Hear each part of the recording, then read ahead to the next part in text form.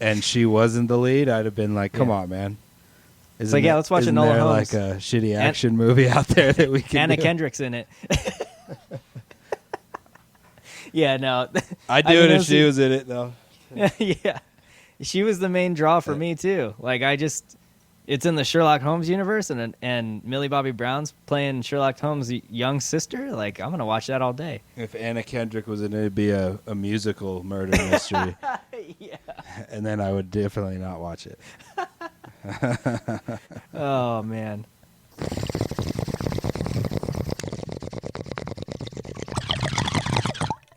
Hey, El Toddo. What's going on? We got a podcast, The Buff and the Blazer. If I was a listener, where would I go to find more? You can check us out on our website, thebuffandtheblazer.com. Drew over there writes a article that goes along with every single episode. You can find all kinds of little extras on the articles, and you can listen to the podcast right there. Also, you can subscribe wherever you get your podcasts. And, of course, we're on Twitter at Buff and Blazer. Follow us there. Get those clicks, people. The Buff and the Blazer.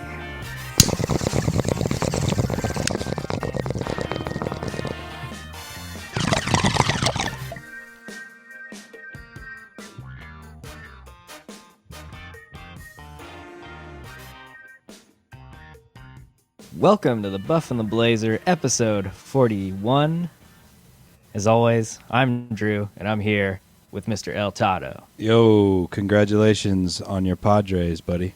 Thank you very much. It's been a while. We're getting it's been a little dry. It's been over a decade. Well, soak it up. But, soak it up.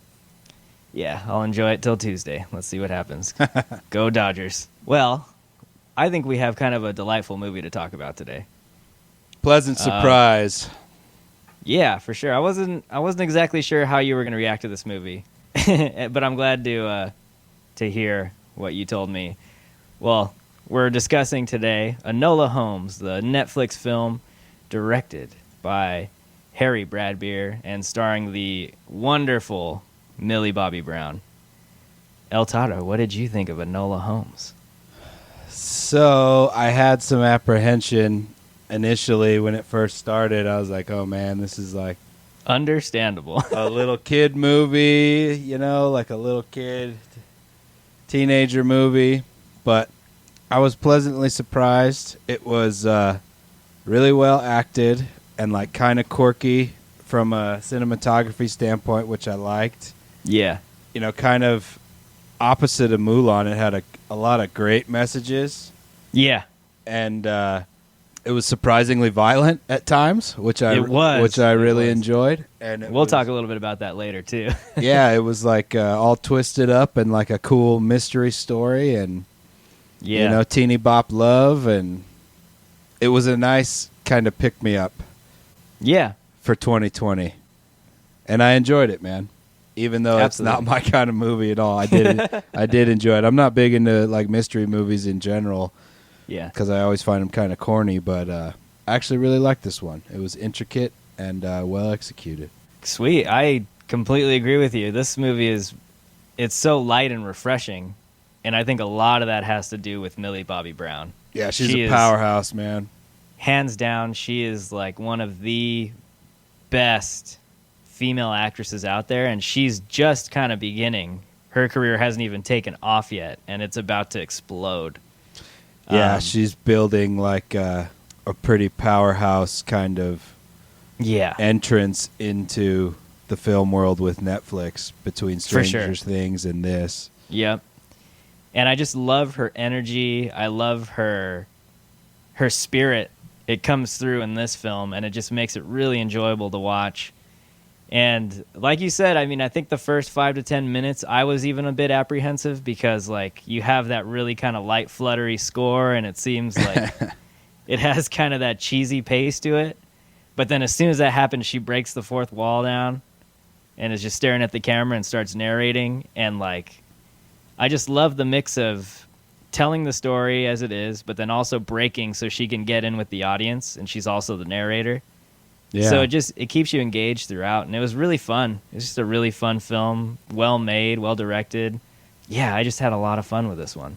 we talked a little bit before we started recording, but you're not real familiar with this world, this Sherlock Holmes world. No, not at all. I've seen, it's been around forever, and I've always been aware of it, but I've never read any of the books. I've never seen any of the other movies front to back. I've probably seen little clips of some here and there. But I don't really know anything about the whole Sherlock Holmes world. Okay, cool. So I watched all of the Guy Ritchie Sherlock Holmes movies with Robert Downey Jr. Those are really good. Those are kind of like gritty for a Sherlock Holmes story, and he brought his flair to that. But the show I really love is Sherlock with Benedict Cumberbatch, and it's like a BBC, like UK production. It's really well done, but it takes place like in the modern day. It's like Peaky Blinders level. Yeah, like it's almost like anything the UK produces right now is just at this top-notch quality, especially in TV. It's just hard to beat. They definitely have like a production, I don't know, production setup over there that like style, that rivals, right? There's like a British style to movie making. For sure. And their actors are they just seem to be so good. And like you asked about Henry Cavill before we started. You were just asking about him a little bit, and like we casted Henry Cavill as Superman, like one of the most iconic, I guess you can call him, American superheroes. And Henry Cavill, this English actor, is playing him. It's just, they're so good. And I'll watch any UK TV show. I'll give it a shot because they're just all really well done. Is there any outrage by some super fans of Superman about that? No, to be honest, no, not really. Feels like everyone someone would be outraged about that. No, he's like completely loved in that whole DC world, and everyone wants him back. Like I want him back, but it's his kind of status is up in the air for that. But I haven't seen any of those either.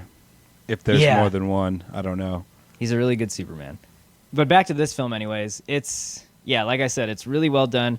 In terms of the Sherlock Holmes, like, mythos, the typical kind of mystery world, this one I feel like it fits in, but it's also different in its own way. Like, I just like the setup of the mystery in this movie. It's nothing too outlandish or crazy. It's something a little more grounded and down to earth. But the reason why I connect with it so much is because it has to do with a relationship that Enola has with her mom. And before I say anything more, we'll try our best not to spoil this film. Yeah. Because it's fairly new. And it's a mystery, right? So don't want to give things away. And I think we can talk a lot about it and not give it away. Yeah, for sure.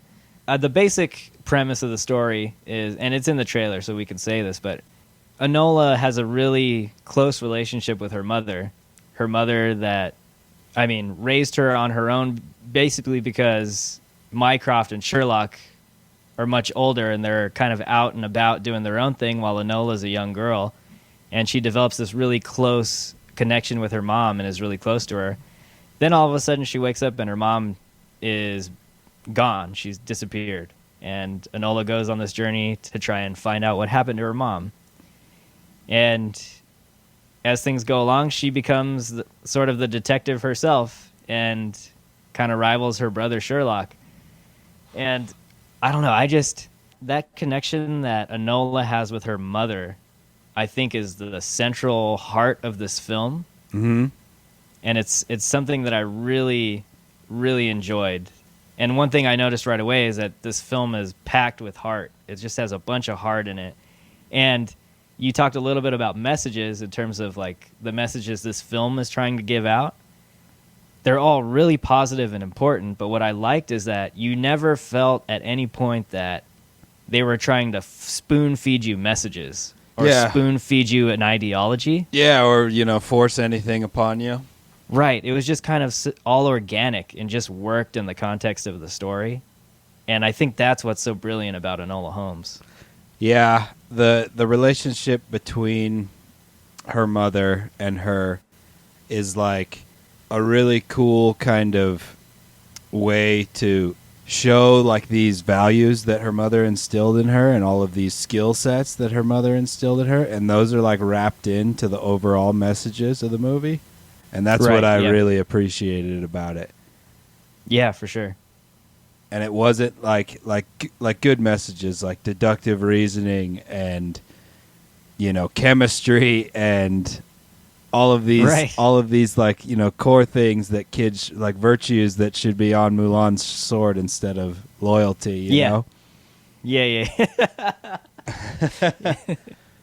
And it's all wrapped into like this time period that's related to like the women's movement and freaking revolutionary stuff in a good way. Yeah. And You'd still call this Victorian era, right? I really don't know. I know I'm bad on like near term history. Yeah. I'm much better the farther back I go. Yeah, I think this is safely in the wheelhouse of the Victorian era. But yeah, going back to what you said, I love that everything her mother teaches her is very unconventional for a young woman during that era. You're expected to be this lady, this someone that walks around that's respectable and supports their husband and can knit. And I love how everything her mom teaches her goes against the grain, but also helps her every step of the way on her journey to like figure out what is going on with her mom, like what happened to her mom. It's all very relevant to the story. And it's just a real powerful way of like bringing that message home that like, your path is your own and you do with it what you will. And these things I'm going to teach you are going to help you in ways that maybe you can't see yet. And society is going to tell you that you're learning nonsense. But I like how the story totally knocks that down. Yeah, me too. I love how it pokes at these kind of like traditionalist ways. And in this movie, it's like this super proper British traditionalism, of the manners and ladies. I love how they just attack that and make fun of it, Yeah. because fuck all that shit. Yeah. On a side note, you want to know what the most annoying thing was writing the article for this movie? What? Every damn time I would go to spell Enola Holmes, it would change it to Ebola Holmes.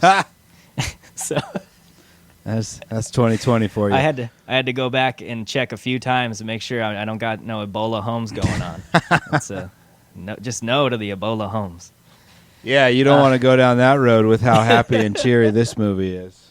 No, stay away from the Ebola.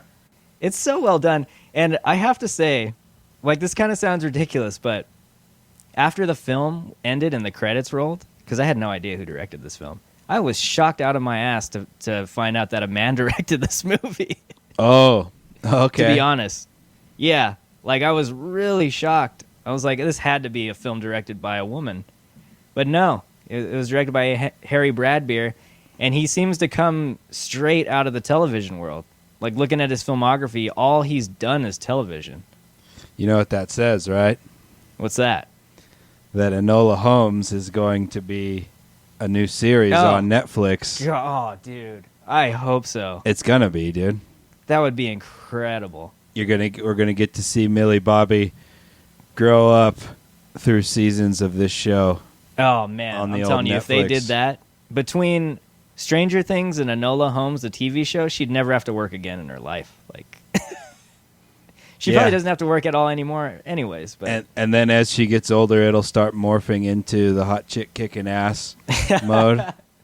And it'll be like Atomic Blonde Millie. 1800s. Yeah. That's Oh, totally dude. where it's going, right? Because that's kind of what this That's a really great point. movie sets up. Like, let's see. He's been in TV since 1995. And this is, like, it seems like this is the first feature film he's done. So that's a really great point you bring up. I hope you're right. I'll put money on it. Yeah. Well, maybe a couple made-for-TV films, but still. That's, Well, didn't you say the Cumberbatch one is a series? Yeah, the Cumberbatch one was a series. It's over now. But that's some of, like, the best storytelling, Sherlock Holmes storytelling in the modern day. I recommend it to anyone listening. If you're into mystery or into just Benedict Cumberbatch in general, he is awesome in that show. And mystery kind of lends itself to series, not really just movies. Yeah, you can Because kind they're of do like a usually serial kind of series thing. of books, right? Yeah, for sure. Let me ask you this. In terms of the plot of the story, did you like the mystery, like the overall mystery in this story and where it led to? Yes, I liked how many clues there were. Uh-huh. And to be honest, like when the big mystery kind of gets revealed, this is kind of weird to say, but I was like so entertained by Yeah. the movie that I didn't really care that much You know what? about the big mystery of Yeah, I it. kinda I was felt just the like same having way. a good time. The mystery was almost like secondary. Totally. Yeah, this film was like a character movie, Yeah. for sure. A lot of actors say that. You can split films into two different sides. You can go plot or you can go character. And I think this film goes character over plot. But there's also a really kind of so I enjoyed there's multi-layered mysteries in this, right? Yeah. There's the Tewksbury boys mystery, and Yeah. then there's the mystery between her and her mother. Right. And I enjoyed the one between her and her mother because it had all the intricate, coded messages and newspapers and all Right. of that stuff, which I like. I like that kind of stuff a lot. And then the other side of the mystery I wasn't really that interested in. Yeah, me either.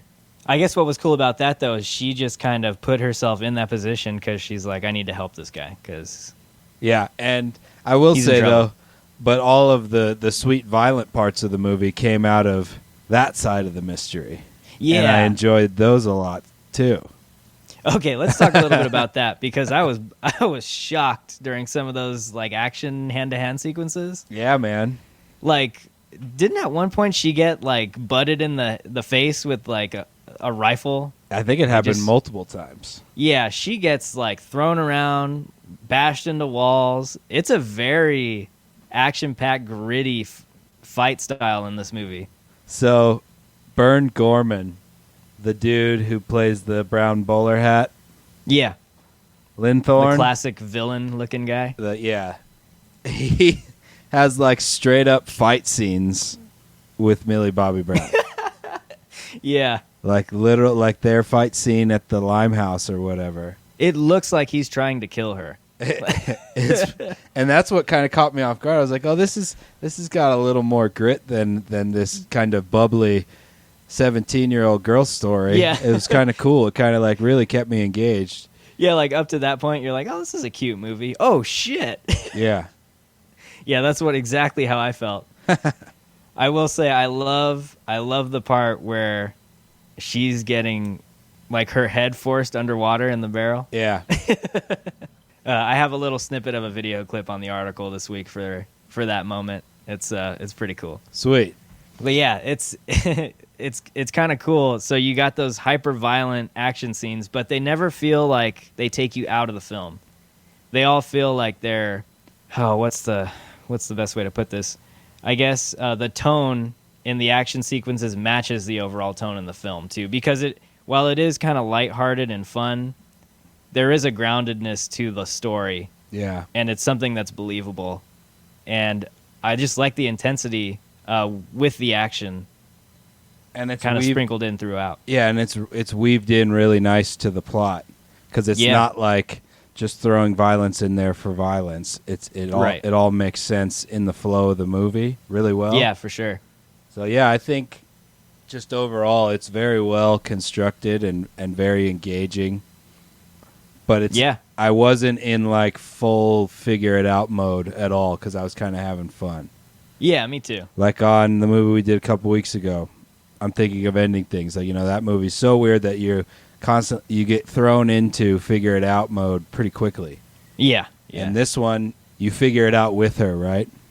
for sure. Yeah, and that's I guess the thing I loved most about this film is I loved her interaction with the audience, breaking the fourth wall. Like I love that every once in a while she can just turn to the camera and wink at you, and be like, "All right, you could come on this journey with me, and I'll let you know what's going on." And before we move on to acting and the characters, I do want to say, because I mentioned this in the article, that one of the great things about breaking the fourth wall, especially in this movie, is that you can get a bunch of exposition without it being super boring. So you can get this this is who this is, and this is why they're involved in the plot, and this is their background. You can get all that and not be bored and not have it take you out of the film because Enola's kind of just giving you the rundown. Okay. Because she looks at you and gives you the rundown. So it was a really interesting way of allowing for a lot of exposition, because there is a lot of exposition. I feel like that's part of the British style, right? And it could be, yeah. Because I feel like a lot of movies like that, there's that Yeah. direct to the camera narration. Yeah, for A sure. lot of British movies. And I just loved how this film never took itself too seriously at any point. And Yeah. it's filled with heart. It has comedic moments. It has really gritty action. And there's also some really intense dramatic moments in the movie as well. So it's all kind of a nice mixture. You get a little bit of everything, but it never takes itself too seriously. And it stays grounded in the genre still, right? Yeah. I think that's the thing. There is all of the levels, all of the different emotional levels Yeah, for sure. of the movie. There's the fun and the gritty and the deep and all that good stuff and the inquisitive. But it all stays grounded in mystery. It doesn't ever dabble its foot into like another genre of film, Right. even with the messaging.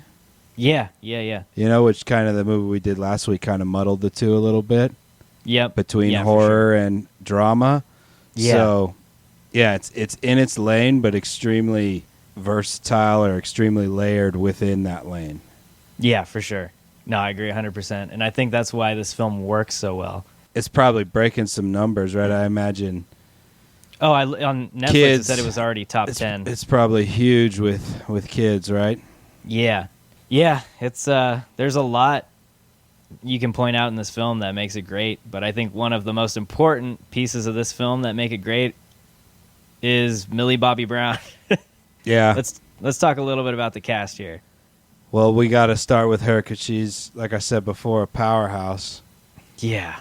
The range that she displays in this movie, Yeah. even within scene, Mm-hmm. is really, really impressive. Like the scenes where she's like kind of Twitter pitted Yeah. and you can see it on her face, and then she like catches the camera noticing that she's Twitter pitted. It was like, Yeah. it's very interesting, and then she's like stern and matter of fact with the Yep. with what is it, Tewksbury? Yeah. Tewksbury. I like that.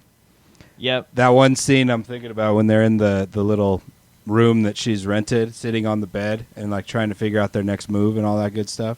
Yeah. She like is just all over the place with emotion on her Yeah. face purposefully, Mm-hmm. Yeah. And she has some really heavy scenes where she's bawling her eyes out, and Yeah. like the carriage scene. She's really good, man. And it's like, think about how polar opposite this character is from Eleven in Stranger Things. Oh, yeah, for sure. But the other thing, too, I want to say that's important also is that while she is this independent, like smart, intelligent, fierce woman at 16 years old, you still get that 16-year-old girl vibe from her, too. Yeah. Like, that's still very much a part of her character. So she always feels grounded, but you also get that layer of, like, she's no ordinary 16-year-old. Like, she's on her way to being some brilliant detective, almost like her brother. Yeah. I love that. And it's really hard, I think, to balance that in a character. And she does it so well. Like, she's, like you said, she's vulnerable. She's totally kick-ass at other times. But then, like, I love the relationship between her and her brothers as well. Like, I love the relationship she has with Sherlock. And I'll talk a little bit about this in a minute, but, like, Mycroft in the film, He's such a hilarious. traditionalist. Like, he's a total traditionalist. And they just do not get along, her and her brother Mycroft. And I think Sherlock is a nice bridge between them both, because Sherlock is constantly with Mycroft in that, like, adult male-dominated world. But then he also feels for Enola and loves his sister and understands where she's coming from. And he sees her talent start to spring out. And he's kind of a different Sherlock from what we've seen in, like, the Robert Downey Jr. movies, and he's a definitely different Sherlock from the Benedict Cumberbatch portrayal in the Okay. TV show. He Like seems Benedict- pretty polished in this one. Yeah, he's pretty polished in this one. He seems a bit more, I guess, down to earth than he is really in like even the Robert Downey Jr. Sherlock universe. Is he arrogant? Yeah, he's always kind of an arrogant character. because Henry Cavill's not at all in this. No, and he's very kind of like self-serving in that all he cares about is the case and the clues, and your role in them that's all it is. It's a case for him, and he's very much like he has like tunnel vision when it comes to that, and Henry Cavill gives a different portrayal of Sherlock, and I think it works great in this film. Yeah, I can't relate it to anything. He wasn't a big part of the movie for me because I don't really have any connection. Yeah. To his character or that character. But Mycroft, Sam Claflin, Yeah. dude, he's hilarious in this movie. He's like straight off the Monopoly box. And so funny and such like an accurate representation of that like asshole traditionalist For sure. type of mentality.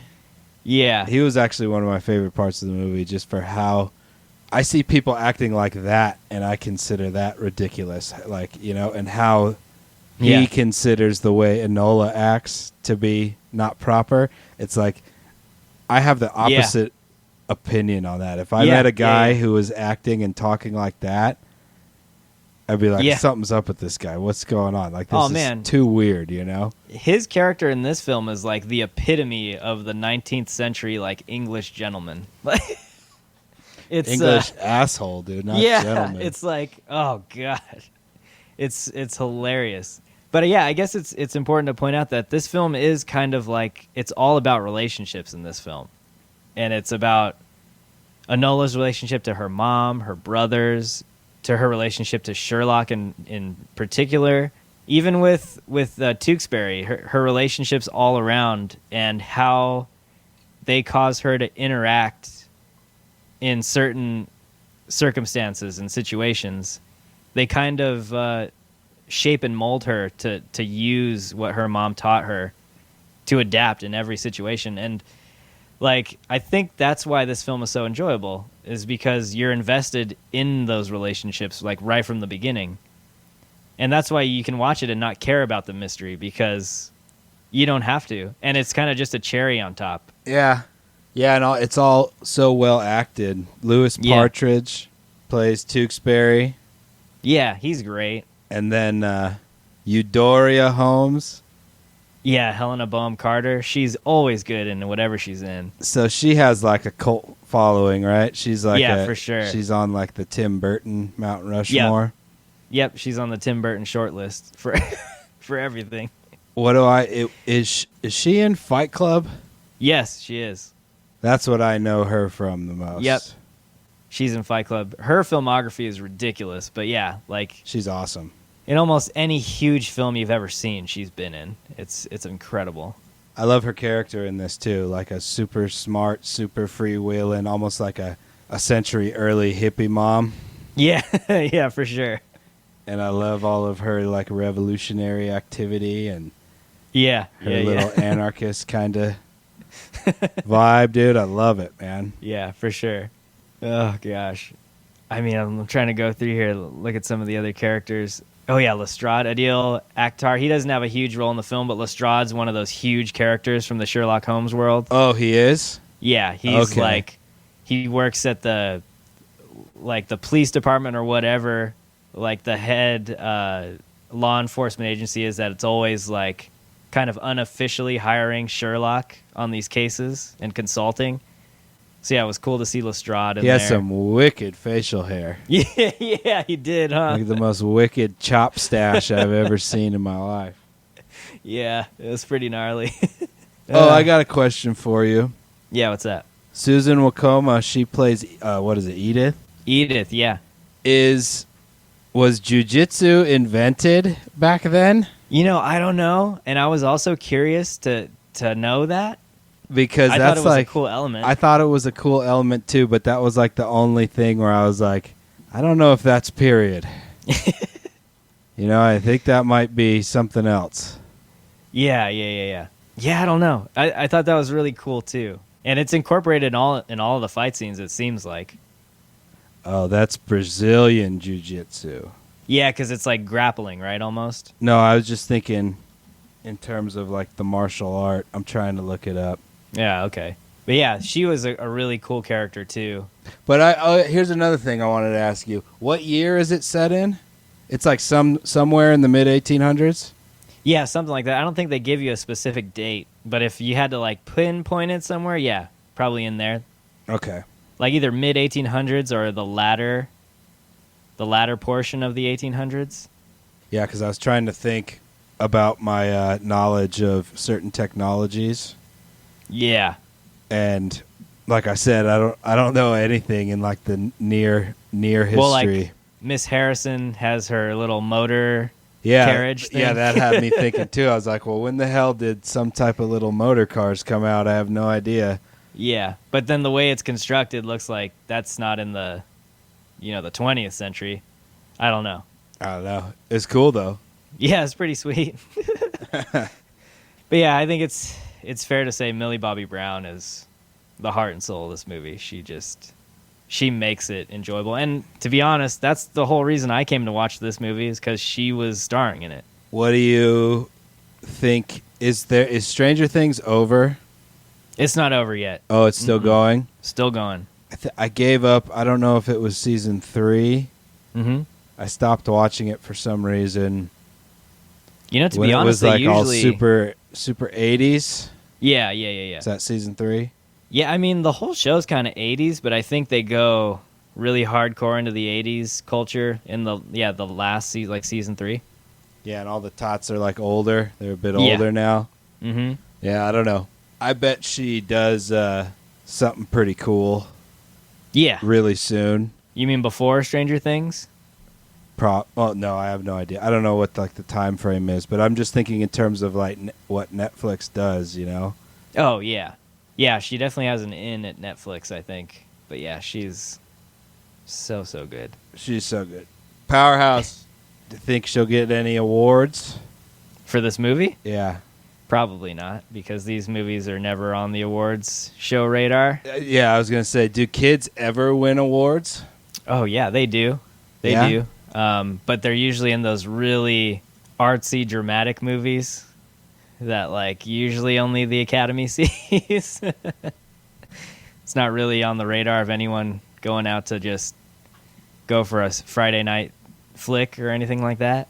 But I mean, I totally see her being like a Natalie Portman or someone like that, who eventually will be in some really high caliber drama and she'll win something for it. Yeah. She's so good. She's not even like 20 yet. There's probably some like biopic out there that she's fit for, and who's ever is just waiting for her to be the right age. Yeah. Some like epic biopic history or something. Yeah, for sure. Was there anything else with these characters that you wanted to touch on before we move on? No, I think we kind of moved through everybody. Okay, cool. I liked everyone in it. Me too. Whenever the whole movie is, in a heavy English accent, I believe everything 100% way more. I don't know. I don't know what it is. Yeah. I just believe it. I love an English accent too. It's really hard to pick out the dummies. I have no idea.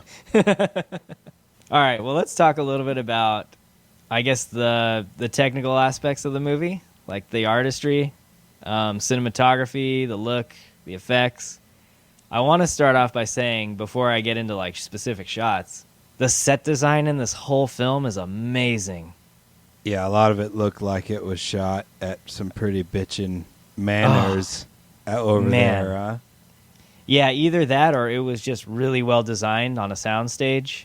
Just the inside of the Holmes estate, there's all kinds of little trinkets and nuggets in that place, like little bust statues and like chalkboards with writing on the wall and books and just all kinds of cool stuff. What'd you think of like the London's shots? Oh man, those were the best. Like you could I love tell the they were fake when they were, far out, and as they zoom in, you could tell, but it's still like pretty cool. Yeah, yeah, right? yeah. Because it's like, well, you can't. That landscape doesn't exist. You have to make it fake. Yeah, yeah, yeah, yeah. And there's just something about that mid 18th century London look that I like. It's weird. Like when you have even the dirt streets and everything kind of looks gritty and run down, and you get that urban feel. Something weird about it that's intriguing to me. But I really like the design of all of the sets and the locations. And like, let me ask you about this: the whole sequence on the train. Yeah, How did that look to you? pretty good. Yeah. Yeah, it was the culmination of that scene was a bit choppy. Didn't see anything, but Yeah. I did like the look of it Mm-hmm. and like the bridge and stuff. It looked pretty cool. I have to say that was probably some of the best green screen I've seen. It was pretty sweet looking. Yeah, so like there's a lot of scenes, or a lot of parts on that sequence where you can look out the windows and see the scenery going by, or when they're on the exterior of the train and you see the background behind them.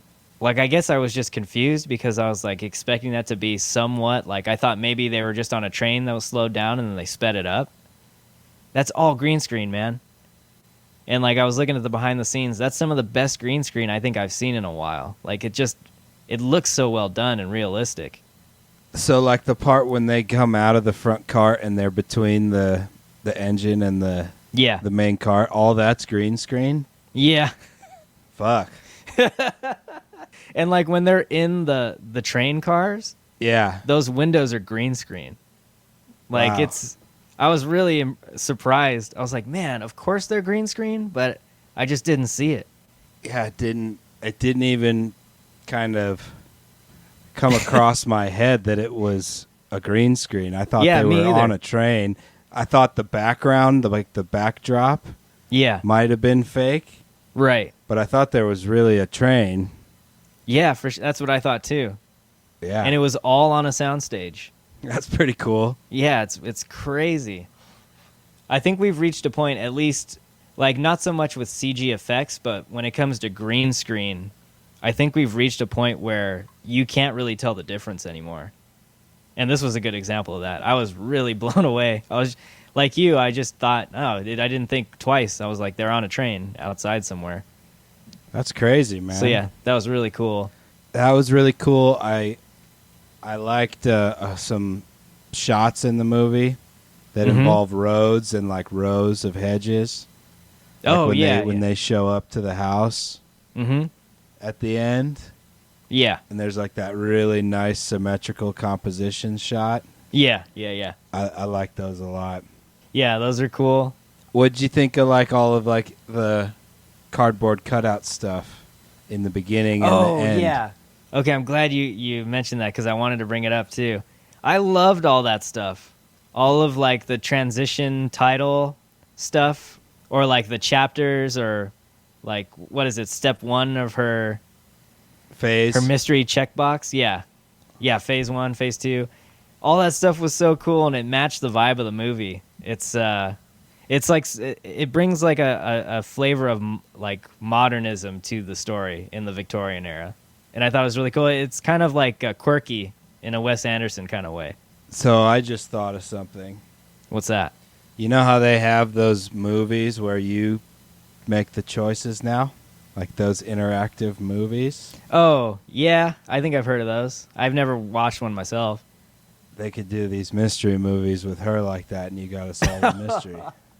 That would be so cool. I think Netflix has a few of them. My lady's watched them before.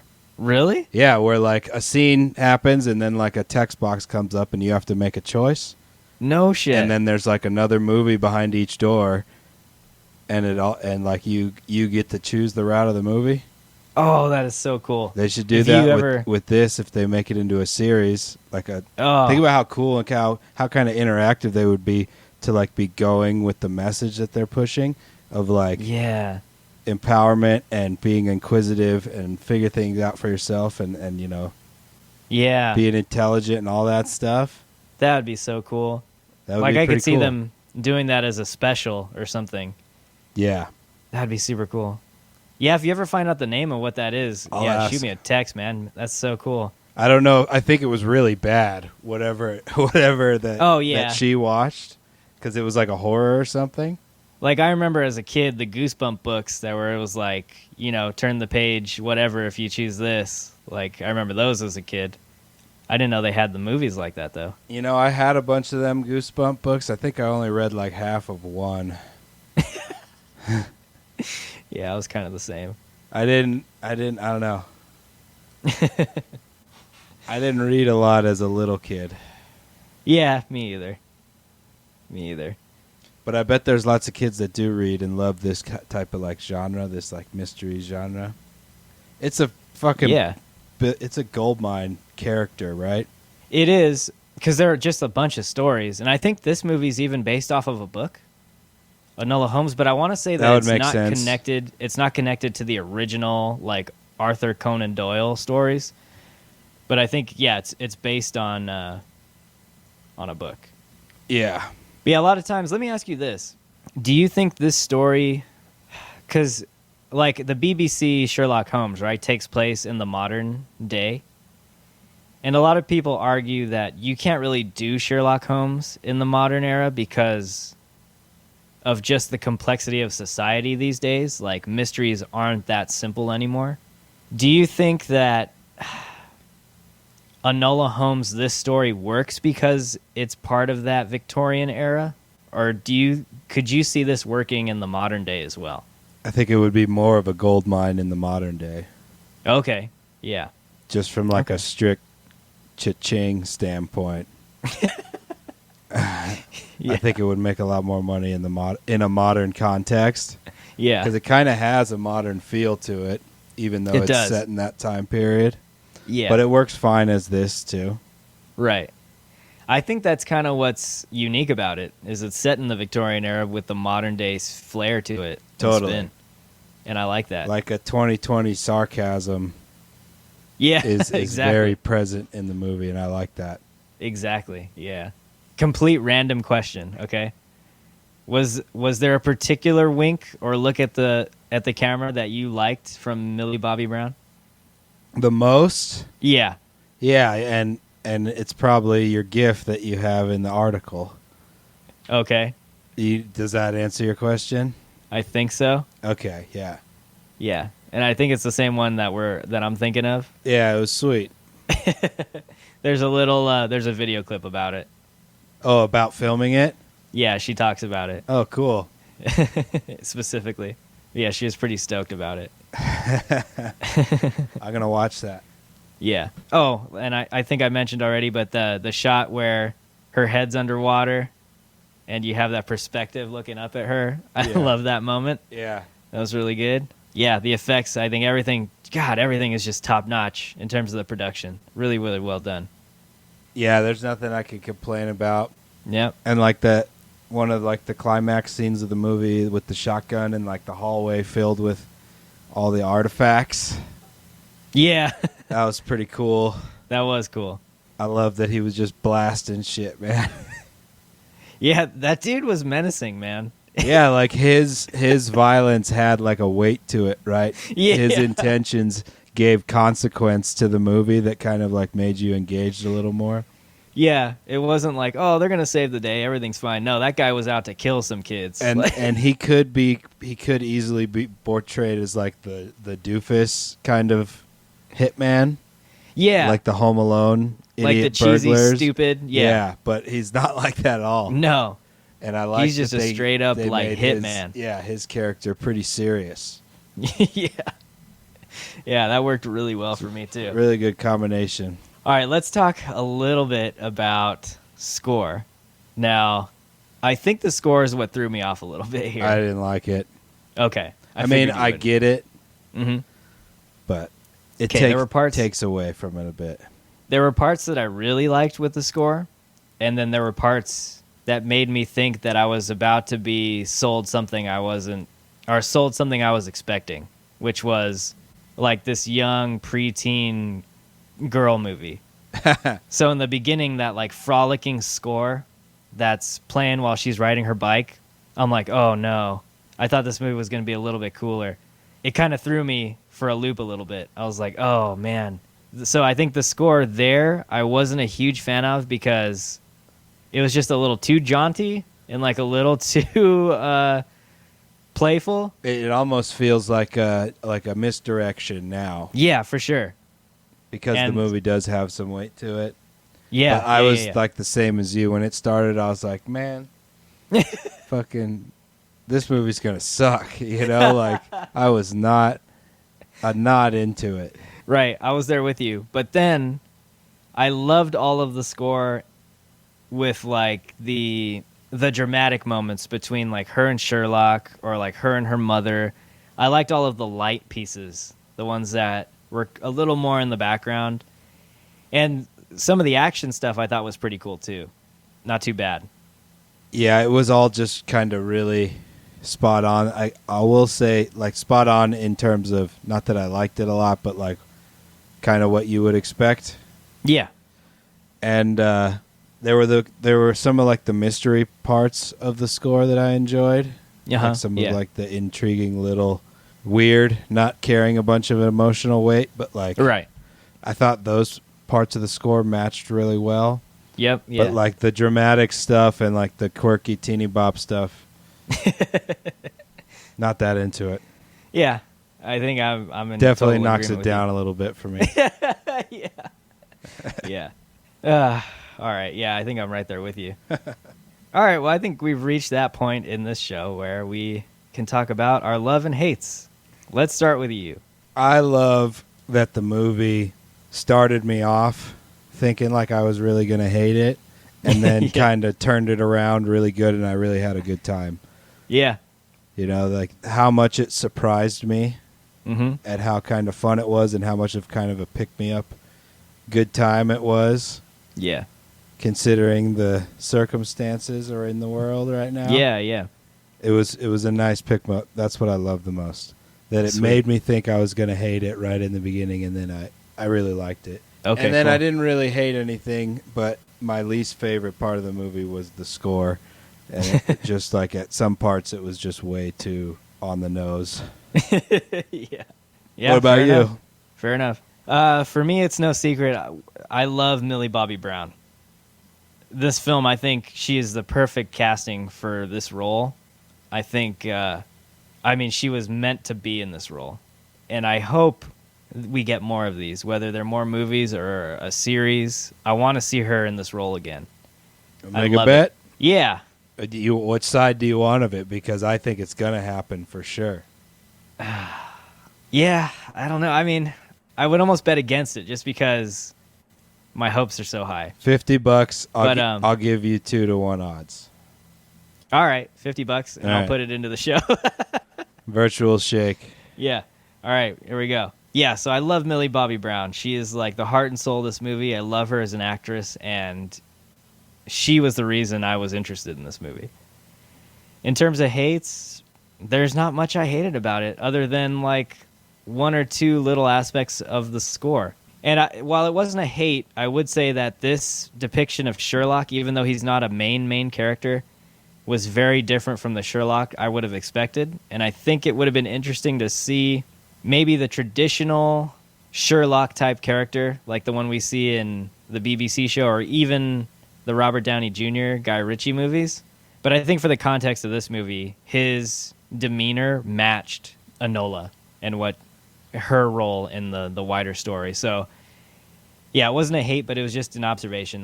He was a bit different from what I was expecting. I got a question for you. Yeah. So let's dabble into hypotheticals here. If they did take the story forward, do you think he would remain in kind of his background role, or do you think they could be a duo? Honestly, I think he would remain in the background. Yeah, that's what you'd have to do, right? Yeah, because I think he would take away from her. Totally. Like, I don't want her to be a Watson. That's what I don't want her to be. I want her to be her own, like, character. And she seems like... I love the part at the end where circumstances happen and Sherlock figures out that she kind of beat him to the punch, and he's just kind of like, ha! Like, he laughed because he was intrigued by it. He liked it. I love that. And that's that's who Enola is. I think she's on the path to being someone even more brilliant than her brother. And I really want to see that at some point. So yeah, I hope they continue this story. I love it. Yeah, they should. Yeah, for sure. And you owe me $50 when they do. All right. Yeah, I hope so. You say, like you said, your love was Millie Bobby Brown in the movie. That's like the only reason I agreed to do this movie this week. It was because she was in it. Like, if you would have pitched me like a 17-year-old girl mystery movie, yeah, and she wasn't the lead, I'd have been like, "Come on, man." It's like, let's watch Enola Holmes. Like a shitty action movie out there that we can. Anna do? Kendrick's in it. Yeah, no. I'd do it if she was in it, though.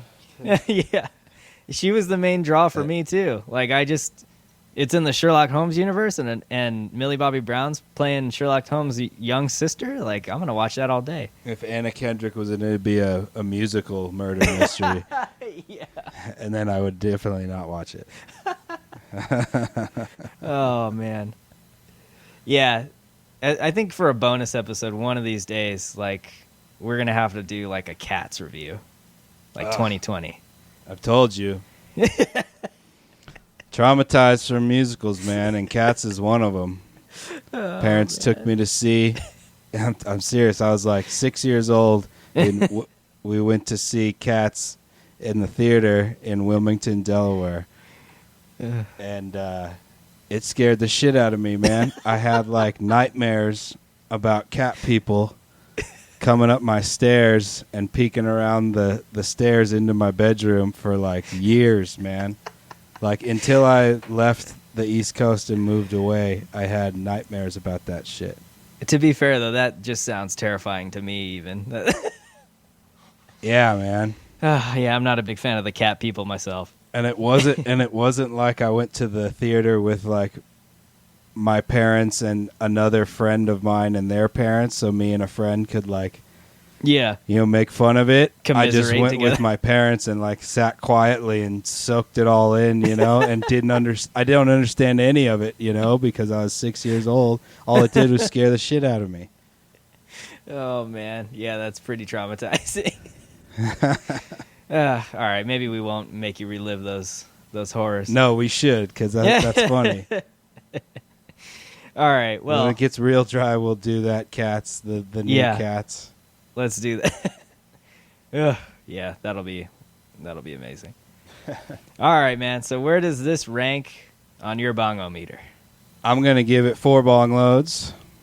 Cool. I was smoking some Blue Dream from Humboldt Seed Organization when I watched this, and it was lovely because Blue Dream is a very kind of up and clean, kind of focused, kind of high, very clear. It was perfect. Perfect for a mystery. And I had a good time.